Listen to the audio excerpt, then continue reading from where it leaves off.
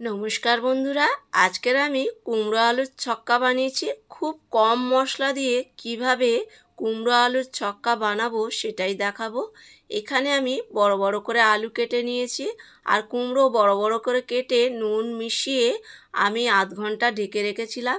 এদিকে কড়াই সর্ষের তেল গরম করে নেব, নিয়ে কুমড়োগুলো দিয়ে সুন্দর করে ভেজে নিতে হবে।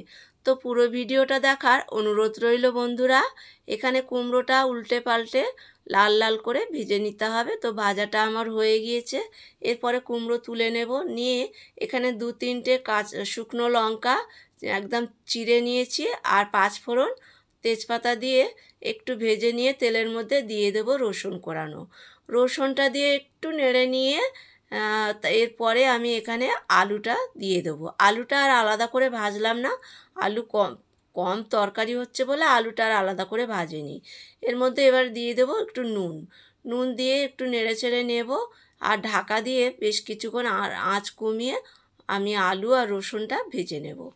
তো আমার এটা প্রায় ভাজা হয়ে গেছে। আলুগুলো একটু উল্টে উল্টে দিয়ে দিলাম, দিয়ে এখানে দিয়ে দেবো গুঁড়ো হলুদ, আর এখানে গুঁড়ো জিরে দিয়ে দেবো। দিয়ে বেশ কিছুক্ষণ তেলের মধ্যে একটু কষিয়ে নেব। এখানে জল একদমই পড়বে না, জল ছাড়াই এই রেসিপিটা হবে। তো এখানে এবার যে কুমড়োটা আমি ভেজে রেখেছিলাম, কুমড়োটা এখানে অ্যাড করলাম, করে কুমড়ো আলু মশলার সঙ্গে ভালো করে মিশিয়ে নিয়ে এখানে ঢাকনা দিয়ে দিয়ে বানাবো। নামানোর আগে আমি এখানে একটু চিনি দিয়ে দিলাম। চিনি যে যেরকম মিষ্টি খাবে দেবে।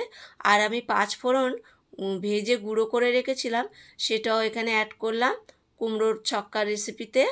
অ্যাড করে এখানে ভালো করে নেড়ে নেড়ে নেব, নিয়ে এবারে হয়ে গেছে, নামিয়ে নেব।